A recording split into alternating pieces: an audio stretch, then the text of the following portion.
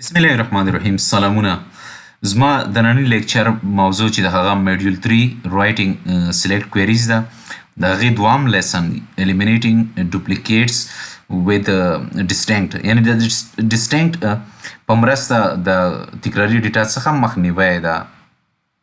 د دې لیسن objectives چې دي، یعنی مقصدونه چې دي، هغه د ټي اس کیو ایل کویری چې دا ټي اس کیو ایل کویری ریزلټ چې دا هغه ټرو سیټ نه ده. دا ځکه چې په هغې کې ډوپلیکیټس کیدای شي موجود اوسیږي. په دې به هم پوه شو چې د ډسټینګ په مرسته موږ څنګه کولی شو چې دغه ډوپلیکیټس له سلیکټ ریزلټ څخه ایسته کړو، لرې کړو او له منځه یوسو، او د سلیکټ ډسټینګ کلاز لیکل به هم زده کړو.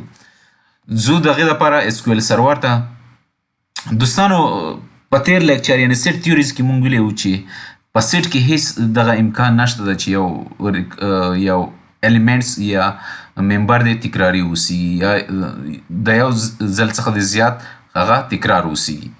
همدا ډول دا مو هم ویلي وو چې ټیبل هم یو سیټ ده، یعنی باید سیټ کې هم ډیټا تکرار ونه اوسیږي.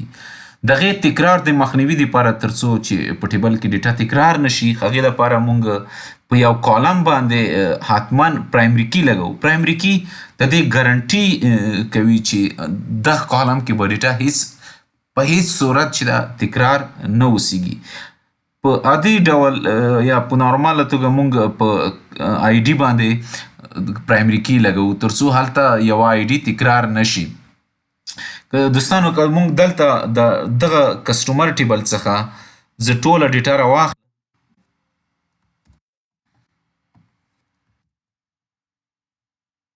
او زه دغه کویري اکزیکیوټ کړم، دغه نتیجه چې کوم ماته راغلله دې ته په اس کیو ایل په ژبه کې ریزلټ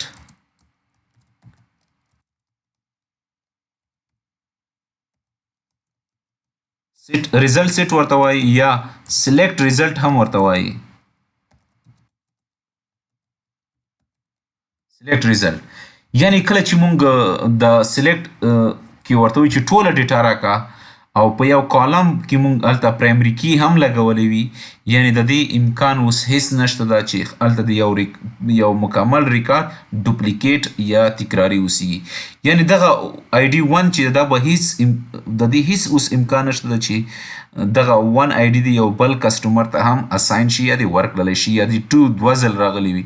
دا ځکه چې پرایمري کی د دې ګارنټي کوي چې په دغه کالم یعنی کسټ آی ډي کې به یو آی ډي تکرار نه اوسیږي او نه به نل اوسیږي. خو کله چې دوستانو موږ دغه ریزلټ سیټ نه، یعنی دغه عمومي سیټ چې کله موږ ستاسو ولده چې دغه راواخیسته د آل په مرسته یعنی سټار په مرسته، د هغې څخه موږ یو کالم یا د یو څخه زیات کالمونه غوره کوو، بیا هغه نتیجې هغه ریزلټ ته به څه وایي؟ سب سیټ وایي. یعنی د سب سیټ کې د دې امکان شته ده چې ډیټا د تکراري اوسیږي. یعنی که زه دلته یو کالم راواخلم کنټري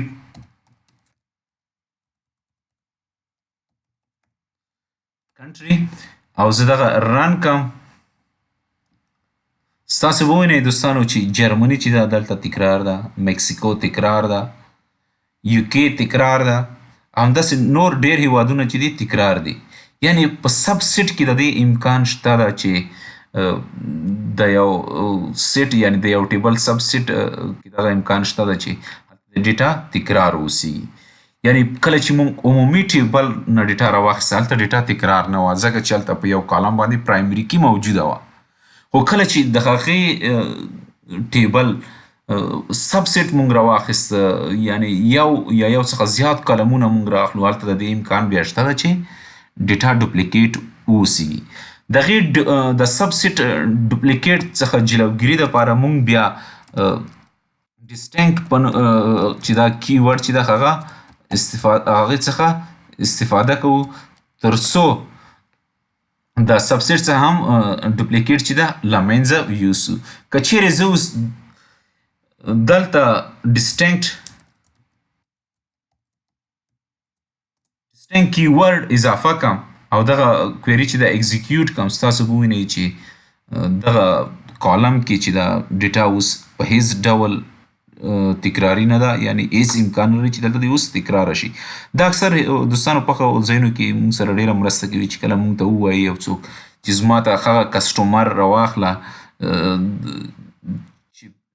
یا سوري زما کسټمر په څومره هیوادونو کې موجود دي، یعنی یا زما ته د خپلو کسټمرو هیوادونو شمیر ماته راکړه یا یې نومونه ماته راکړه. تاسو هېڅکله داسې نشئ کولی چې ستا یو کسټمر په اسټرالیا، بیا په اسټرالیا، بیا په اسټرالیا کې، نه، هغه درته وایي چې ماته دغه هیواد یو ځل پکار ده، زه دوه ځلې، درې ځلې، څلور ځلې زما ته ضرورت یا اړتیا نشته، باید یو ځل راکړي.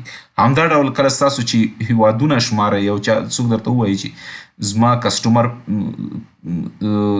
هیوادونو شمیر څومره ده، یعنی څومره هیوادونو کې زما کسټمر موجود دي، بیا تاسو عمومي مجموعې ته تاسو ضرورت ده. که چیرې یو هیواد دوه ځل راغلی وي نو دغه چې ده ستاسو ریزلټ سیټ چې د هغې باندې ډېر بد اغېزه کوي او صحیح نتیجه تاسو ته نه درکوي. دوستانو دغه و زموږ د نن ورځې لیکچر موضوع. تر بل لیکچر پورې مو په لوی چیښتن سپارم. الله مو مل شه.